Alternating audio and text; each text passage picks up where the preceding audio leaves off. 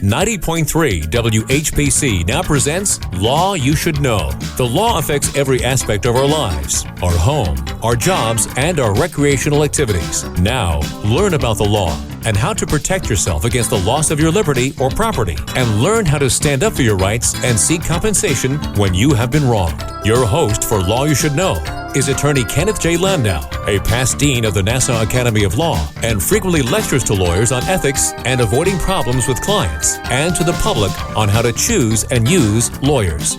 This is Law You Should Know on the voice of Nassau Community College, 90.3 WHPC. Hi, this is Ken Landau, and welcome to Law You Should Know. Today we'll be talking about positive psychology for lawyers and others, and this is part of our wellness series on Law You Should Know, geared to lawyers, especially as they're emerging from COVID and trying to meet other challenges in their life and at their firm. Our special guest is Jodi Wellman, and she, after working in the corporate world, became a leadership coach, and she helps lawyers and law firms work better together and overcome some issues that may be holding them back. Jodi, welcome to Law You Should Know. Oh, thank you. I'm excited to be here to chat with you. Perhaps you can start us off by telling us what positive psychology is and how it's different than some other traditional areas of psychology. Okay, great. Happy to. So by definition, positive psychology is the scientific study of what makes life worth living. Okay, so that still sounds squishy, so I can go a little deeper. It's looking at the conditions that allow individuals or institutions or communities to thrive. And so it's really the study of the good stuff in life, right? So it's looking at our strengths. It's looking at what enables us to be our best versions of ourselves. And the difference between positive psychology and the rest of the field, because positive psychology is really only about 20 years old as a branch.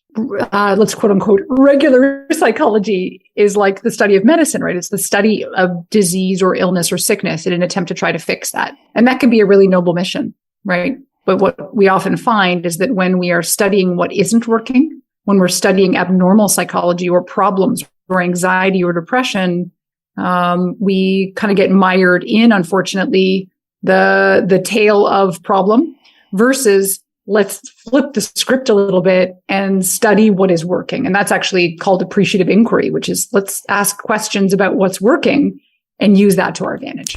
And that can also go on because, there might be a lot of information to sift through and dig deeper. And this is going to be quicker and more practical. Yeah, I think that's a good way to put it. And you want to have the positive overwhelm the negative or the baggage. Ideally, and I admit that I get a little bit sensitive to the notion some people have, which is that it's all about the smiley face and somehow sweeping the negative stuff under the rug only just to focus on what's good. And it's actually really about appreciating all the complexities of life, all the ups, the downs, the suffering, the struggle, the loss with the good stuff, and simply appreciating it, using that to our advantage. And you're focusing on that and correct. Building on that. Focusing on optimism, focusing on what's possible rather than dwelling on what isn't. Yeah. And beyond optimism, what might bring them joy and lift them up rather than what's bringing them down. That's so well said. You got it. Okay.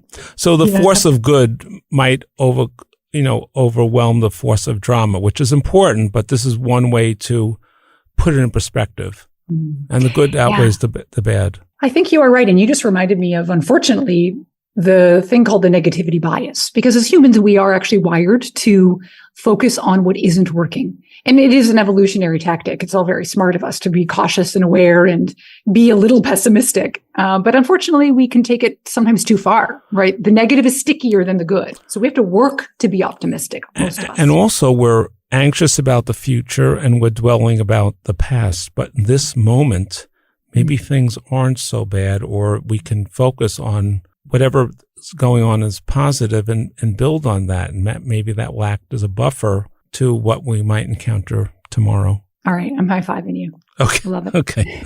Anyway, so how does someone do that? A lawyer, is worried about pressure from clients, projects at work, going into negotiations, going into court. How can someone build up their positive energy to give them a armor against the challenges of being a lawyer. Mm-hmm. Yeah. And I want to acknowledge that those challenges, of course, are super real, right? I have a lot of experience working with individual lawyers, attorneys, as well as firms. And so I would actually say that it's one of the professions that is on kind of high alert, for needing help, right? Because there's just tons of stress and pressure.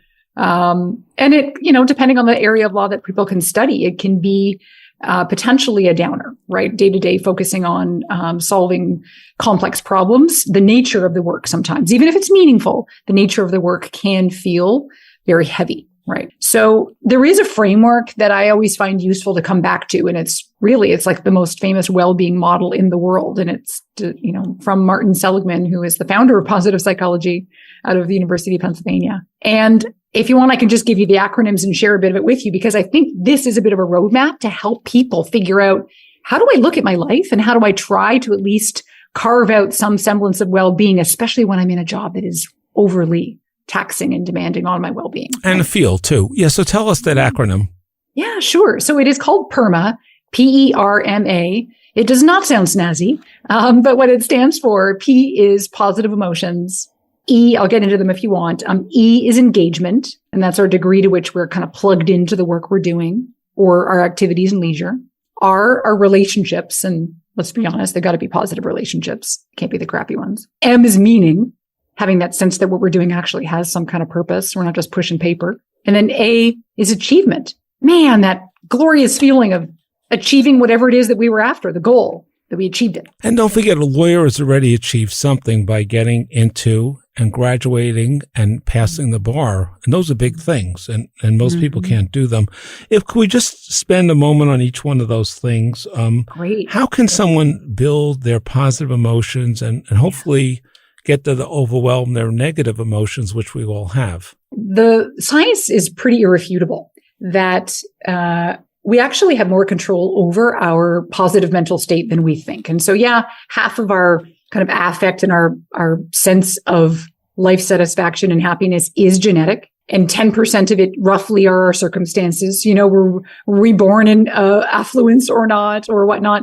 That leaves 40% of our lives that are completely within our control to sculpt and say, I can choose right now to put myself into a positive emotional state. And so, those are the 40% is the area we have to focus on, because the 60% we can't really do anything about. So how do we use that 40% to work for us? Yeah, great question.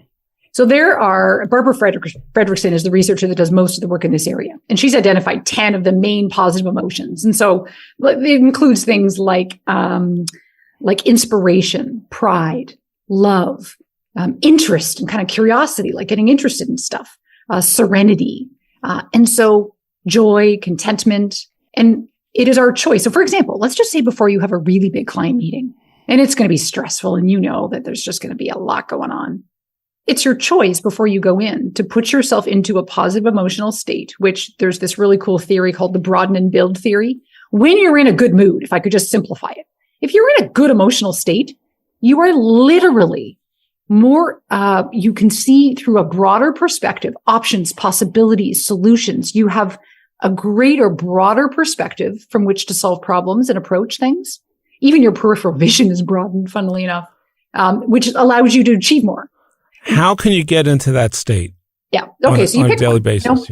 Yeah. So I have a client right now who is, so she's working at a firm, very busy firm, and she puts herself into a state of amusement. And so she just wants to she loves to laugh, but she goes into meetings where there's not a lot of laughter. She will log onto YouTube. She'll watch a really silly, goofy animal video, or she'll share a joke with a friend, or she'll intentionally call someone who she knows is just going to give her something really silly to laugh at. Don't underestimate it. You get yourself into a state, which is you just had a laugh. You can go into the meeting and you're in that better position in order to perform. So it just helps lighten you up or loosen you up for that tougher meeting. Exactly. Now, other people will say, hey, humor's not for me. No, thanks. Some of them might pick pride. And that might mean keeping a roster of your accomplishments, things you're proud of, things that make you feel like $1 billion. Save the emails where clients have said, oh my goodness, that was amazing. Go and file it away. I've got a file called a warm and fuzzy file. I'll go look it up before I go into a meeting and I need a little bit of extra boost of confidence or even just good mood. Go through, flip through those files. And then you walk into the meeting and you're a very different person than you are if you just get clouded by all the emails you just read before going into the room, right? And what are some other things that a person, a lawyer or other person under a lot of pressure can do to get through the day? Mm-hmm. Being in tune with what it is that, like your operating manual, so to speak. So separate from PERMA, which we can dig more into if you want, it's about decoding what does it take to light you up and what does it take to de-energize you. And most of us don't actually stop to figure this out, right? We just go about our days and we know, oh, that irritated me, or, oh, that was kind of a good moment, but we don't know why. But get granular. And this is honestly why working with a coach is helpful, but you don't need a coach. You can say, wait, these are the things. When I am talking to these two people, I just end up being I feel more creative, or we solve problems to a much greater extent. And that makes me feel amazing. Well, you know what? Spend more time with those people or those types of people, or start to notice what de-energizes you, right? So avoid the negativity, the negative things. And so with the positive people, you either call them up or read something from them, or go talk to them in your office before you undertake the difficult project. Yeah. And then there's one more thing I'm going to throw in, because I think I'd be kicked out of the entire profession of positive psychology if I did not refer to gratitude, because it's one of the most empirically based and positive interventions that exist. Deliberately identifying things that you are grateful for is one of the biggest game changers that can make a difference in anyone's life. So I dare you, for 30 days of your life, before you go to bed, write down 5 things you're grateful for that happened that day. And it doesn't have to be the big win on the case, right? It could be something subtle like, you know what? The pizza was amazing. Or it could be that I got home in 25 minutes and I've never had traffic that easy in my life. I'm grateful for it. Write 5 things out you're grateful for before bed. And like I said, within 30 days, you will feel a transformation in your outlook. If it's in terms of people, should you also try to call them or send them a card or something? Or maybe perhaps even an email? You are in the advanced class, clearly, because that is a next step level, which is called the gratitude letter. And if you can think of somebody that has made a difference in your life, right? Maybe it was a really amazing professor or a previous coach, or sit down, write them a very detailed letter about why it is that you are so grateful that they came into your life. And there's no statute of limitations on this. No. You know what? Go back far. And this is going to bring them joy. Is you'll get satisfaction out of sending it, but they're going to get some joy out of receiving it. You are a ringer. You are exactly setting this up, because you're right. The benefit of it is it's the best win-win out there, is both parties receive the absolute great boost. So even if you're not feeling so great about your day, but if you find a way to compliment someone else, to thank someone else for something they did for you or the world, that will boost them a lot and you at least a little. It is one of the cheapest tricks, and that doesn't sound good, but it's great for your immediate kind of altering mood existence. Yeah. And can you imagine how, if the universe was doing this and everyone was doing this, instead of finding fault and calling people names, how much better off everyone would be? I mean, yeah, you said it. On that note, I want to remind our listeners, we're talking about positive psychology for lawyers and others. Our guest is Jodi Wellman. As you've heard, she's has left the corporate world, and now she's a leadership coach. And she also offers online courses to lawyers and others about positive psychology and why it's helpful and very important. Let's go back to PERMA. And what else did you want to Okay, well, you know what? That? I mean, E with engagement is kind of key. And so this one is that, have you ever heard of flow? Kind of that psychological state we can get into when we feel like we're in the zone. And so it's, when you're doing some kinds of work where you just lose track of time, you just feel like this is like absolutely a click. And it's that right intersection between being challenged and just having enough skill to handle the challenge. That is instrumental. And so a lot of lawyers and beyond lawyers that I work with feel like they're either bored at work because they're just not challenged enough. They've been there, done that, and they got to find more, or they are over challenged and they're just not skilled enough because maybe they're newer in their career, and that's overwhelming.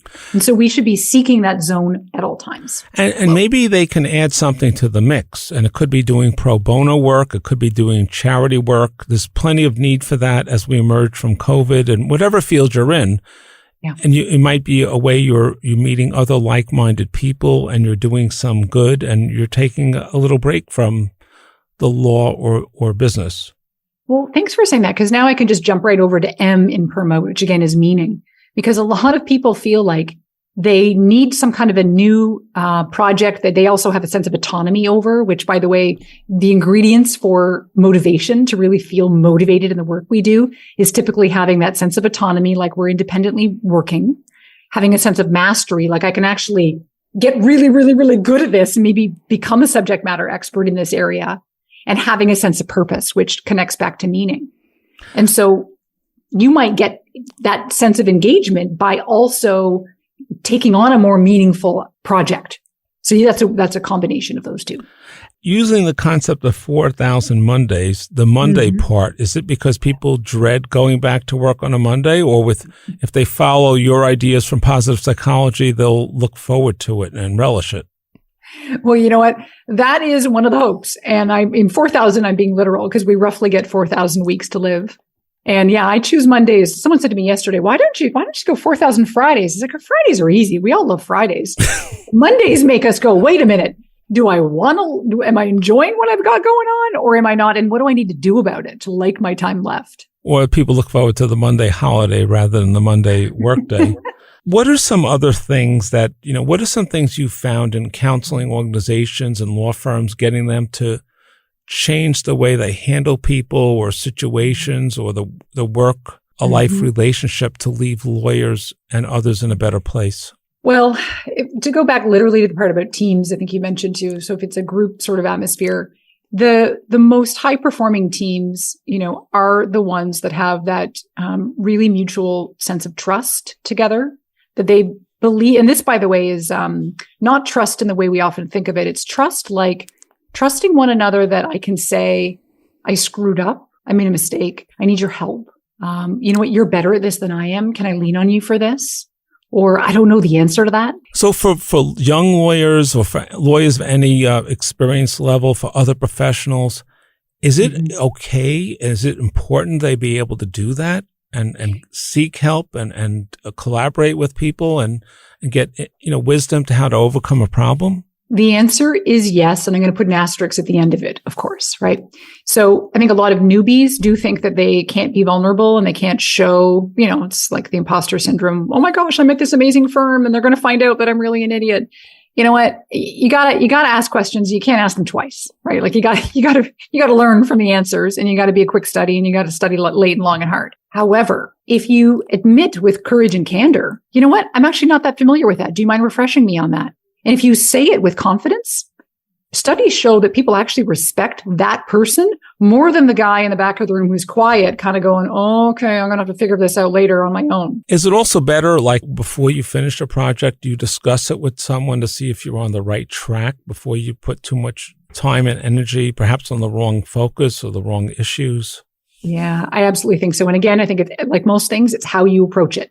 So there's a difference. So a lot of the leaders I work with, whether it's in or out of law, will appreciate someone who comes forward and says, hey, you know what? I think I'm on the right track. I would just like your coaching. Do you mind checking in really fast? That's great. I want to help you. Like the leaders love that. There's a difference though, if it's I'm now a burden. I need your help. I don't know what I'm doing. I need another hour of your time. Right. So it's just positioning. Is it better if the boss acts like a coach? Let me see an outline. Let me see the beginning of this so I can just see how it's going. Yes, one of my favorite and most popular programs that I do with groups is leading like a coach.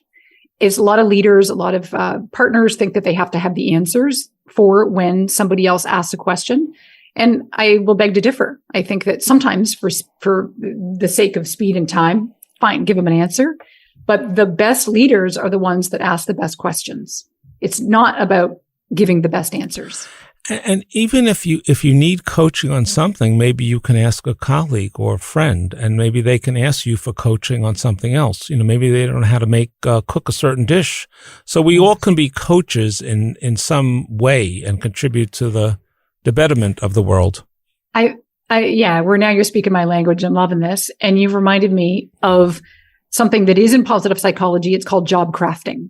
And the best teams that I work with are ones where everyone gets together and says, okay, you do these spreadsheets better than anybody. I hate spreadsheets. I want to stab myself in the face. Why don't I give you more of my spreadsheet? I like doing the creative kind of dreaming up the strategy. Why don't I do more of that? And it's a little bit of like a give and take trade-off. Those teams that do a little bit of like a shifting so that we cater to each other's strengths, those are the teams where people thrive. Those are the teams where people feel engaged. That's a win-win-win for everyone. And that could be also whether it's a team working on a legal matter, people can try to work on the aspects of the matter where they feel their strengths, where they feel they have something to contribute. Yes. Yeah. You know what? You write the meanest brief in the world. How about we get you doing more of those and I'll do more of the dreaming up over here of some of the ways we're going to approach XYZ. So job crafting when possible.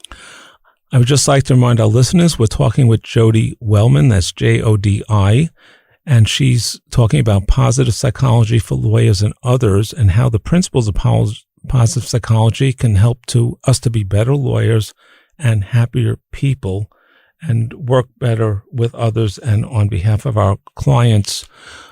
Jodi, just tell us about some of the information you have available to lawyers and others on the website to help them in this journey. Most of the stuff is relating to living life fully given the limited amount of time we have left. And so the focus that I take based in research is that if we focus on the diminishing number of weeks we have left, as morbid as it sounds, it will act as a motivator to live with more purpose and intention. And that means inside work. Yep. And it also means outside of work. So at my website, so for example, at 4000mondays.com, there are resources to get you thinking about, well, literally there's a calculator to help you calculate your weeks left. But getting you asking, say, thought-provoking questions about how do I want to be spending my time? And I'm going to be super honest. A lot of my clients, separate from the groups that I work with, where the firm, for example, will hire me, I work with a lot of individual attorneys that will hire me separately because they are finding, this is not news to anybody, that they are focused maybe exclusively on work and that the rest of their life is lacking. And there's never enough time in the day or in our lives. But my encouragement is, how do you want to, even if you have limited time in your week because you're busy with work, how do you want to use that precious time? And it's just about being very careful and deliberate. And what are some things they can add to their work week to make it more enjoyable for them? The work may never get pleasant, but how can they add something to that mix to make it more pleasant, whatever field they're in? Yeah, I think that number one is to not expect work to be the be all and end all. I think our culture is pretty overexcited these days about how work needs to be a great source of meaning in your life. And I actually, this might sound blasphemous, but I think it would be great if it did. And you can't not like your job, but I think we need to do a better job of finding meaning and purpose and fulfillment and excitement and vitality outside of work. So you have something to look forward to. So you're slogging it away and it's a busy day and you just know you're looking forward tonight to going to your pottery class, for example, or Saturday you're going to do whatever you're going to do that you're looking forward to. Because anticipation is actually a huge opportunity for us. It's a low-hanging fruit. And at least with the pottery class, you'll end up with some fruit from your labor. So what are some other things that lawyers or others could do if they feel overwhelmed with work? What are some other things they can bring into their week or weekend to bring them some joy and to balance out the negativity or difficulty of work? Yeah. I think that leaning on social connections is huge. So this goes back to part of the R in PERMA, those relationships. So finding, the Gallup organization does research and engagement at work. And one of their 12 questions is, do you have a best friend at work? Trying to partner up and finding common ground with someone that can help you to, quite frankly, vent when you need to and get through the tough times. So social connection, we underestimate, but it's key in a workplace setting. And what if the opportunities are a little bit limited in the workplace because of its size or the difference in ages and backgrounds of the workforce? There are other places they can do that, in another organization or a club or something or a meetup group. Yeah, I think you nailed it. So if other than your own social life, which admittedly, many lawyers have let social lives dwindle because, you're certainly so focused. I would encourage. And COVID hasn't made it any easier too. You're so right. Our lives got all quite a bit narrower. but some kind of a professional affiliation that allows you to at least, you have something in common, some kind of association where you're already, you get each other's lifestyle. It could be a hobby. It could be an engagement. It could be a charity organization. What other places could people? You mentioned pottery or old-fashioned bowling. What are the things that people can do to find something that gives them an outlet? Yeah, or joy? I encourage people. Yeah, it's very individual, right? So one of the exercises I get people to do is sit down and write out 30 things that make you happy or that you suspect will make you happy. And 25 of them have to be kind of reasonable, like to do within your current lifestyle. So they can't all be, flying to Thailand. So they have to be things, I think it would be neat to pick up the piano again. Or I did a webinar yesterday and someone was saying, I really miss letting my creative talents. I want to get back into sketching. So you need to identify. And some things can be little that they can start on soon. And that they're ready for, and others can be more aspirational for down the road. Absolutely. So back to the point about anticipation, which is about pre-savoring, having something in your calendar to look forward to within 1 week, within 1 month, and within the year. And that, to me, if that's going on in your life, you have ratcheted up your well-being by about a good notch. And there's this ladder where you can measure your well-being, right? Anticipation, like you got to plan for it. You need to plan for the life to boost your well-being. It will not happen to you. And something for the week and something for the month and something for the year. Yep. And that's, and it's a good time to focus even on that day to put something positive. It could be that walk in nature or whatever. It's so well said. And so each person is different, right? So someone's going to say nature is where I'm going to get my joy. And for me, I'd say please no. So everyone knows individually. The issue that I see, especially with busy, successful professionals, is that you've lost touch with what it actually is that would make you feel interested in joy again. And it's going to take a commitment to try it again. And is communication okay? Reaching out to people you knew in the past, maybe the things that got, an email, phone call, meeting for a cup of coffee, maybe it got interrupted by COVID, but now it's time to revisit that? Yeah, it's fabulous. Research shows that when we do a reach out to somebody that we've been thinking about, that they are overwhelmed with feelings of warmth. And we think that it's awkward when all we're doing is by not doing it, we're missing out on a chance for connection and to have made someone else feel good that they were thought of. And it may not work and you may have to go on to the next person. Yeah. Yeah. But find your old college roommate. Why not? Or even someone, or even someone you haven't seen since your last job or since we emerged from COVID, and just ask them, you can start it out. How are you doing? How did you manage? How's work going? Exactly. And you know what I like to use? The old sort of sentence starter of, hey, you know what? For some reason, you ran across my mind the other day and wanted to reach out. And it's unlikely that they're going to hang up on you because everyone's been more isolated because of COVID. That's right. Just give us your contact information one more time, Jodi. All right. I can be found at 4000mondays.com. And it's JODI. And again, there's information everyone can use, and they'll get more information on doing some of the things we mentioned. I'd like to thank Jodi Wellman for talking to us about positive psychology for lawyers and others.